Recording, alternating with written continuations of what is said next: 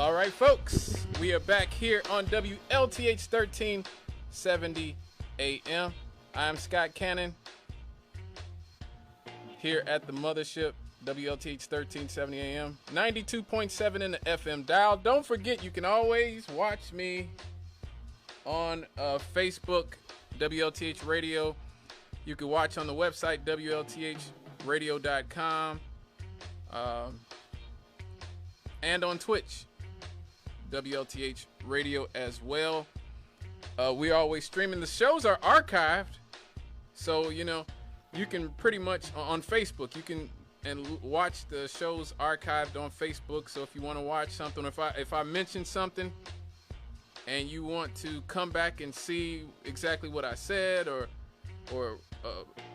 a certain link or something, website that I mentioned, you can come back to the archives. Just watch the show. You can, rewatch the show as much as you want. I suggest you watch the show 3 times. I would say that you probably won't get everything I'm saying unless you watch it 3 times. Get those view counts up, folks. The number is, it's always 219-885-1371. We just talked about reparations, having land stolen from the black community during the 20th century. WhereisOurland.org and the type of work that they do. Miss Kavan Ward does a very good job in helping people look for the land that was stolen from their ancestors. So you might want to check that out if you got family like I do all over the South that were chased up here. My family was chased up here. I'm sure a lot of y'all's family was chased up here. You might want to go to whereismyland.org. They have and also you need to donate, because they can only do what they do if people donate and pay it forward. All right, folks, I read this article earlier part of this week, and I thought it was very interesting. That is very, very interesting, because it says a lot of what I always talk about, and especially when the Rev was here, because the Rev is a conservative who was a Republican, I think. And we don't really talk about this enough, I think, in the black community. I think a lot of it is because, the media is owned and controlled by, as I always say, white liberals. And, you have the gatekeepers in our community at places like the NAACP. We're going to talk about the NAACP later on in the show and their duplicitous nature and how they sell out black people later on in the show. But you have the NAACP, you have black Democrats, you have MSNBC black liberals, the Joy Reids of the world, the Don Lemons of the world who used to work for CNN. These people basically perpetuate this idea that the black community is basically just a political repository for white liberals, basically. But this American Enterprise Institute fellow, Robert Cherry, has wrote in his new book, The State of the Black Family, that black voters are often far more conservative when it comes to family issues than white voters. Now, this should not come as a surprise to anybody who's hung out with working class black people, like here in the city of Gary or the south side of Chicago or anywhere else. You grew up with old school church going, God fearing black people, regular black people, you will understand.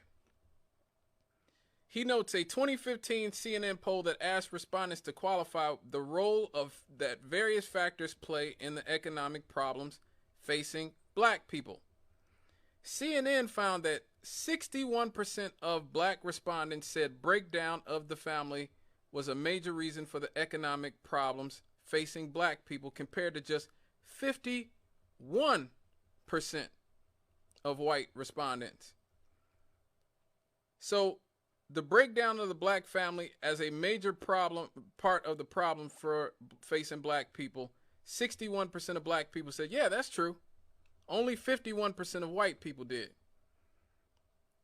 Now, I've always loved to drill down into this, into topics like this, because to me, they never explore why the black family broke down in the first place.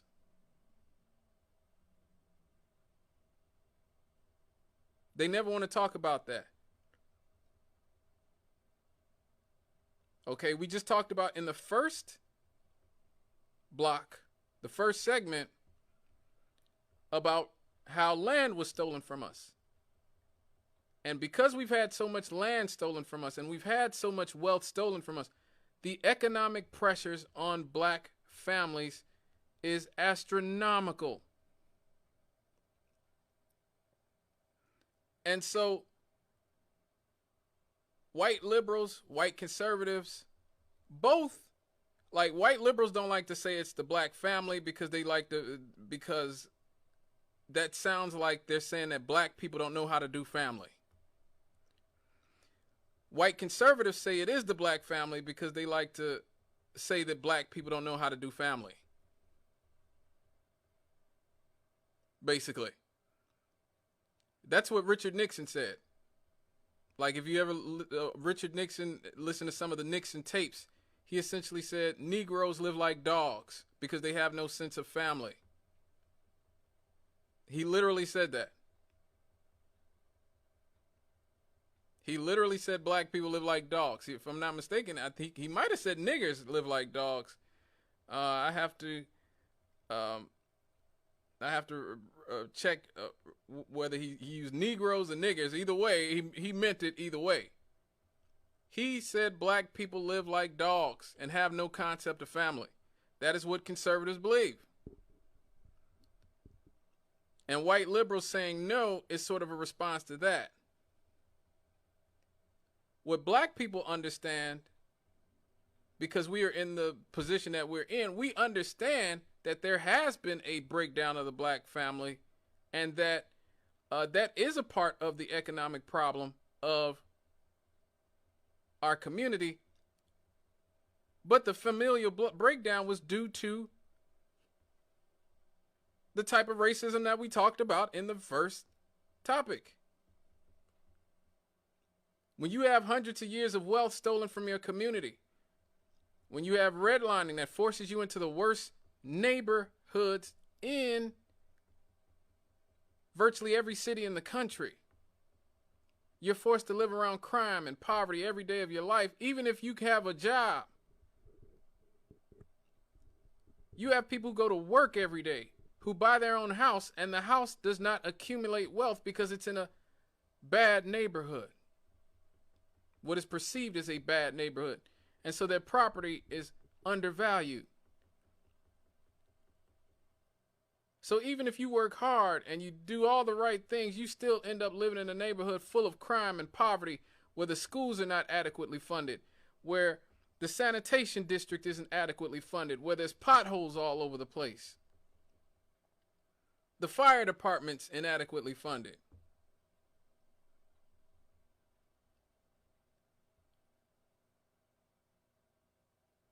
So a lot of white conservatives and the colored people who love them like to present the problem as if black people have just moral failings, are just moral failures. And that's why our families are in the state that they're in. Whereas white liberals don't, like, they are saying, like, they know that that's how white conservatives see that question. That's why a lot of white liberals just say, no, it's not the family. But it is the family. It is the family, the breakdown of the black family. Mass incarceration, deindustrialization, urban sprawl, urban decay. All those things have led to the destruction of black families.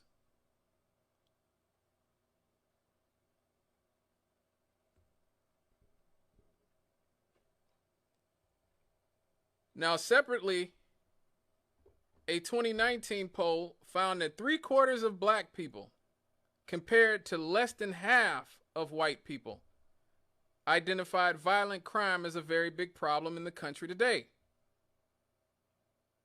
And a 2020 Gallup poll taken at the height of the George Floyd riots found that 81% of black respondents wanted either the same or more police presence in their neighborhoods. Just 19% of black people want police to spend less time in their neighborhoods. And this is something that I tell black leftists all the time. I tell black leftists all the time when they be on that abolish the police steez and all this defund the police stuff. I say, look, most black people do not want to get rid of the police. Most black people just want the police to do their job without harassing and killing black people unjustly. That's it.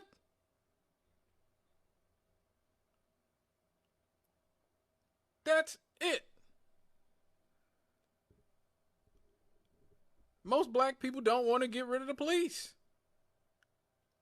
They just want the police to do their job in a just manner, in a fair manner, and treat black people fairly and equally under the law.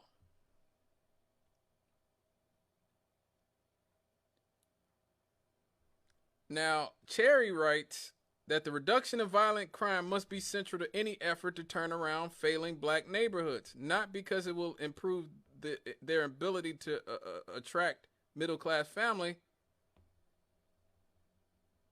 not least because it will improve their ability to attract middle-class families. Well, yeah, duh. But the reason, once again, that you have crime in these communities is due to the degradation of black communities. Intergenerational poverty, not being able to accumulate wealth in homes.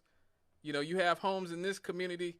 You can buy a lot of homes in this community for $50,000. That if you just uprooted that house and put it somewhere else, it'd be worth 3 times that. At least twice that.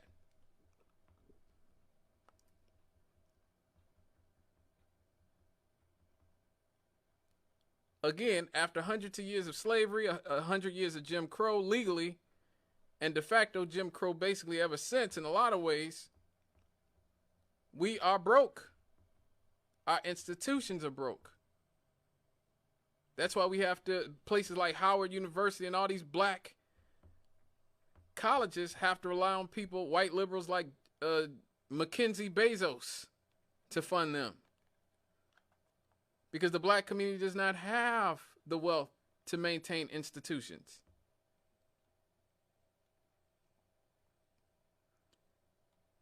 Cherry also acknowledged, as the majority of black people do, the important role of the decline of marriage, that the decline of marriage has played in the deterioration of black communities. National data are replete with studies that demonstrate the adverse impact of children's educational attainment and emotional health when fathers are absent, especially boys. Beyond father involvement in educational efforts, other behaviors could positively affect well-being. For example, less educated fathers who spend time with their children might be more valuable to a child's development than education. So once again, we're trapped between these two worlds where they don't want to acknowledge the actual truth.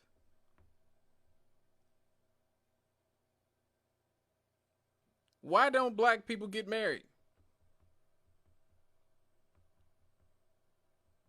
Because once again, let's go back to where we just came from. We don't have the wealth. Our households don't have the wealth. Our communities don't have the wealth. We don't have stable employment. And when people don't have, and we're seeing now with white people, because now you see they have an opiate crisis. You see this? You know, much of white America is dealing with an opiate crisis, and they're dealing with crime problems now, and they're dealing with a heroin crisis. Even places all over southern Indiana, they had an HIV/AIDS epidemic because of the heroin addicts and with their needles and all this other stuff.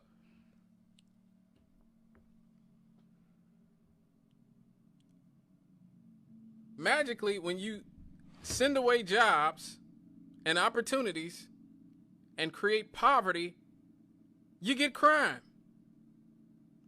You get crime, you get poverty, you get unstable home lives. You get unstable home lives.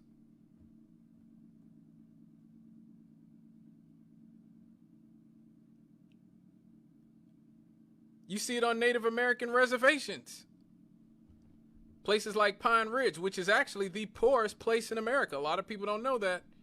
But the poorest place in America is not some black ghetto. It is Pine Ridge Indian Reservation, where the suicide rates are insane. The alcoholism and drug addiction rates are astronomical, where the crime rates are astronomical. Magically, when you force people to live in degraded conditions for generations, you're going to have problems getting people married. You're going to have problems having men who live long enough to get married. This is pretty obvious, folks. Again, conservatives like to present it as a moral failing of the black community, while liberals like to just ignore it, period. Yes, black people do need to get married. But the answer isn't just, marrying off your 18-year-old son to the neighbor's 18-year-old daughter like in some sort of weird arranged marriages. The answer is reparations so we can build our communities again. We can have institutions that are not degraded.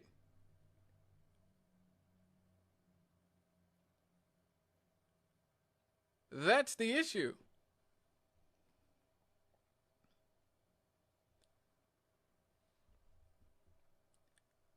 If anything, black people value marriage more than white people.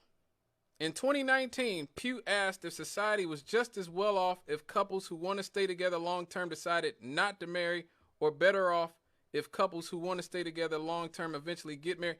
Just 52% of white people said society was better off if couples get married, compared to 61% of black people. This does not surprise me. Black people are the most religious people in this country, with Hispanics at number 2. Ethnic communities are overwhelmingly spiritual, godly people who value traditional marriage, who value traditional values. But America has been so intent on degrading us and forcing us to live in degraded conditions for the last 400 years that has made that extremely hard for a lot of us in our community, which is why we don't get married, which is why we have crime, which is why we have poverty, which is why we have intergenerational dysfunction in many instances.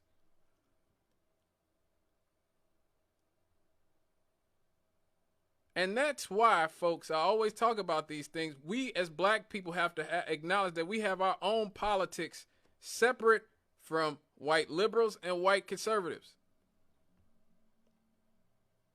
We have our own politics. We have our own issues. Specifically, our own values as a community.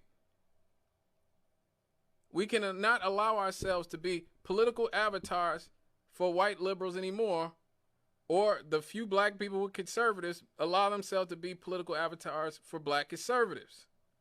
For white conservatives, I'm sorry. We have our own specific worldview. We are a spiritual people, overwhelmingly. We are a God-fearing people, overwhelmingly, the most religious group of people in the country. We have specific issues. That's why I always, I love Brother Cornel West. I'm going to vote for him. I love Nina Turner. I'm going to vote for her.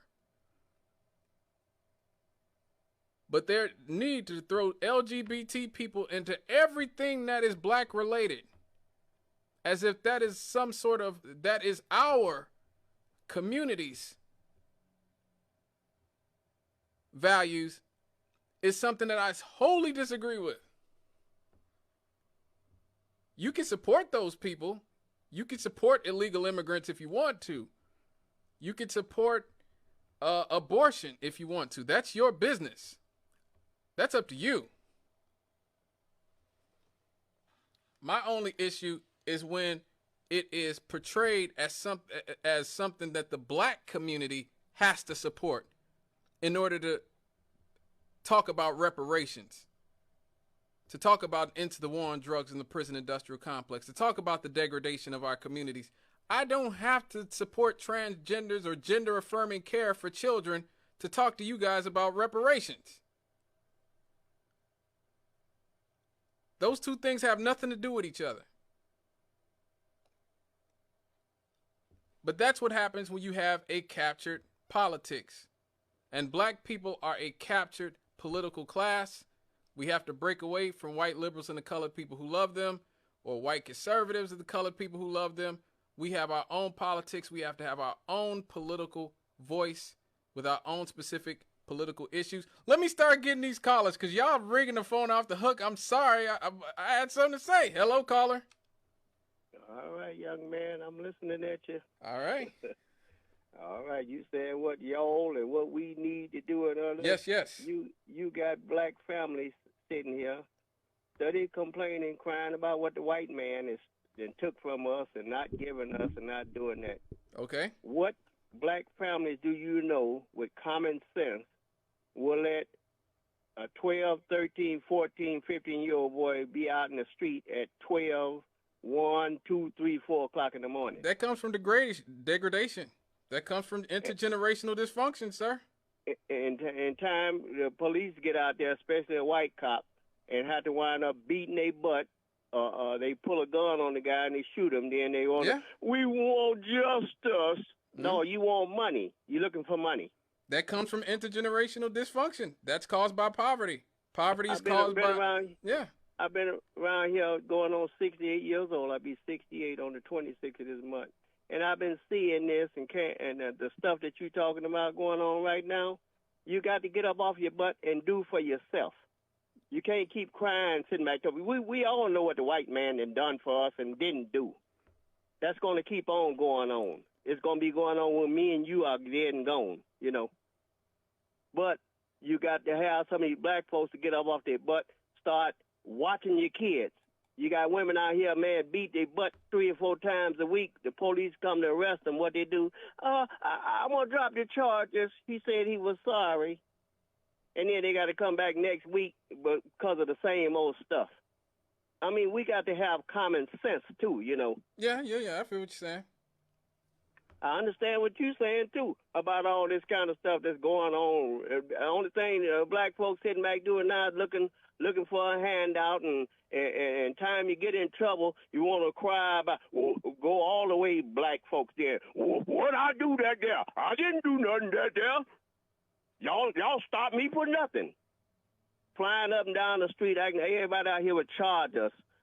3 Chrysler 300s, Mustangs, flying up and down the street. Got to let you know they driving a fast car, revving the engine up and all this, spinning around in the middle of the street, do stupid stuff. And then when the police arrest him, what they want to cry? Oh, he was taking medication. He stopped taking it. And he don't know why he did it. Okay, but the police get you, all of a sudden your mind come back. You knew, what you stopped me for? I wasn't doing nothing. I'm driving down the street today, people coming in and out of traffic acting a fool out here. So what are we going to do about that? What are we going to do about it? We have to, again, like I said, we have to address the degradation of communities. These things don't come, millions of people don't decide to fail simultaneously. That just doesn't happen. Okay, when you have communities that fail, it is because those communities have had things stolen from them and stripped from them, particularly the integrity and honor of their community stripped from them. There's a reason that the Native American reservations are in the state that they're in, that black ghettos are in the state that they're in, that the type of poverty are in the state that they are in. Okay, it's not just because everybody decided to start doing drugs and crime at the same time. It is because, again, that we as Americans are comfortable with having capitalist sacrifice zones where whole groups of people will live in degraded conditions for generations and generations and generations, where parents have to work 2 and 3 and 4 jobs. A lot of times those kids, if they mother's going to make ends meet, she ain't going to be able to watch her kids. You know what I mean? Okay. They might end up in the streets because she's working 3 jobs.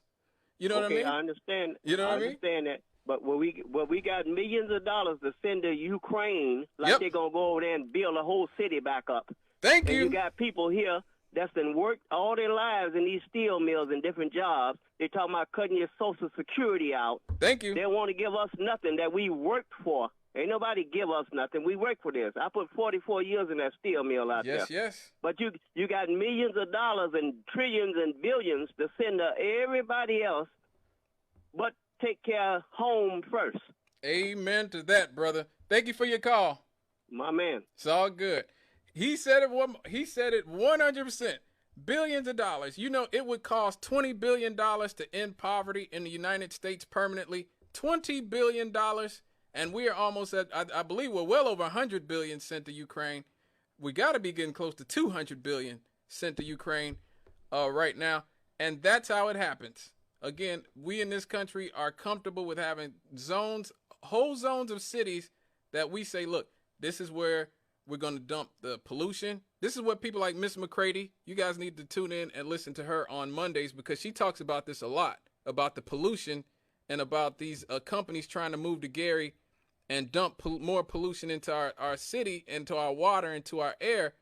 She talks about that. Her, Kwabena, Rasul, a lot of these people do a lot of good work. The people who are trying to fight the Fulcrum deal, a lot of these people, you don't understand, this stuff is done on purpose. You know, the organization I work with, the United Urban Network Incorporated, we've been involved in environmental activism and talking about environmental racism for 15 years, probably more than that. Okay. I still always to this day remember my mother came back from one of the meetings that she was having in the community, and she told me about this, the different stories of illnesses and ailments that happen here in Northwest Indiana. And she talked about a 2-year-old girl that came down with uterine cancer. A 2-year-old girl came down with uterine cancer. That is what they dump on us. They dump drugs on us. They dump pollution on us. They dump alcohol, more liquor stores on us. Okay, they dump these things on us. They send the jobs out, or the jobs they do put in are low-wage, low-skilled jobs that will not pay anybody's rent. I told you guys about this earlier. Okay, minimum wage, if it kept pace with productivity and inflation, would be $25. If it had kept pace with productivity and inflation from the 1960s. People in the 1960s getting paid the equivalent of $25 an hour. And we out here paying people $7.25 an hour. Most of the people work at Walmart are on public assistance. We're literally financially subsidizing Walmart's workers so that they can pay their workers a low wage. Let me get this last caller before I got to go to break and get to the happy happies. Hello, caller. Hello? Hello, caller. What's up? I just got back from Ethiopia. Ethiopia? Yep. Okay. I've been in search of the truth. Now, but there's a misconception of why Gary is in the situation he's in today. You have to blame the politicians of Gary. Yep. For what's been happening in the city of Gary for the last 50 years. I grew up in Gary. I'm 70 years old now. I was a mason contractor in the city of Gary. And if you would see all the corruption that goes on dealing with the construction in the city of Gary, you will understand why the black youth of Gary are doing the things that they do. For instance, for 30 years, I've been going to the city council trying to get a construction youth program started so that when NIPSCO, the water company, and all these people, the telephone companies, come to Gary, you would see black youth stringing the wires, running the plumbing. And they making $50 an hour. So you got white people that come to Gary, that cuss Gary out and talk about it like we dogs. But everybody come here to service Gary. Yep. And they take all the money out of Gary, and our young people are working these fast food restaurants making $6 and $7, whatever, less than $15 an hour. If they were making the money that they should be making, if the politicians get off their butt and start training them that anybody that come to the city of Gary, they had to hire our youth to do the work.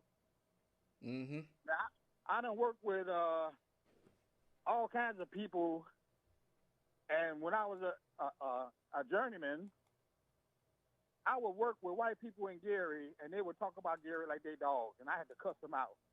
Why would you come to Gary and take the money out and then talk about us at the same time? Okay? Mm-hmm. Then you have to blame the politicians of Gary who want to keep Gary a welfare city. Mm. And the reason why they want to keep Gary a welfare city is because when the federal money come in here, they steal it. Mm. I'm going to give you an example. When Scott King did the baseball stadium, I was working on putting bids in to do it. Mm-hmm. I got in contact with the same baseball stadium down in Joliet, Indiana. If you ever go down there, you see the same baseball stadium. I went down there and talked to the project manager. He informed me that to build that baseball stadium down there, it only cost $16 million. You know how much the one in Gary cost? How much? $56 million. What? Oh, my God. The exact stadium. And I'm going to tell you why. I think that's the reason why Scott King resigned. Okay? Wow. Because it would have been an investigation of what happened to that money. Wow. All right? That's just like at the Emerson project where you see them townhouses on Fifth Avenue. I did the brickwork down there. But look how many people went to jail from just that project. Yeah. So every project that be done in Gary, your politicians in Gary find a way to steal the money, okay? Yeah. And how they steal the money is they overcharge Gary for everything they put in Gary. Mm. For instance, I did the project over there for $200,000 and some thousand. You know what the next bid was? What? $400,000. Wow. Okay? Oh, my God. On 9th and Madison Street, where the new city barn is, Superior wanted to charge Gary $200,000 and some thousand to do the brickwork. You know how much I did it for? How much? $80,000. Oh. And do you think the politicians in Gary appreciated what I did? Nope. No. You know what they did? What? They actually found a way to try to badmouth me because they wanted it to be higher than what I put in to do it. Wow. I had a training program training young kids to do construction work. I go to all the precincts. I gave Rudy Clay a dinner talking about how we could put our young people to work. You know what he opted out to do? Tell me, brother. He opted out to help the casino. Even though I built his city barn for $80,000. Okay? Mm-hmm. I'm just letting you know the money is right here in Gary for our youth to make $50 an hour. Wow. But they refused to train them to do it. And if they was to do that, they would buy up all of these houses on taxes. Wow. Okay? Yeah. Well, thank you for your call, brother. You dropped a bomb on us. I got to go to a break. Thank you for your call. Yeah, one day I'm going to come down there and talk to you. All right, now. All right, now. No, I'm going to tell you why. Why? I'm going to tell you why. When I got back from Ethiopia, I had this dream that Gary was going to become the capital of Black America. We're in the right place. We're in the right place. We're right in the center. I'm telling you, we're in the right place. That's what we need to be talking about right now. Well, okay? All right. I heard you, brother. Thank you for your call. And everybody else, I want to thank everybody else for their call. Who participated. In situations like this, I'm always reminded what my mother always says. If you want to steal, build. We'll be right back here on Issues and Answers. My Country with Scott Cannon. When we come back, the Happy Happies.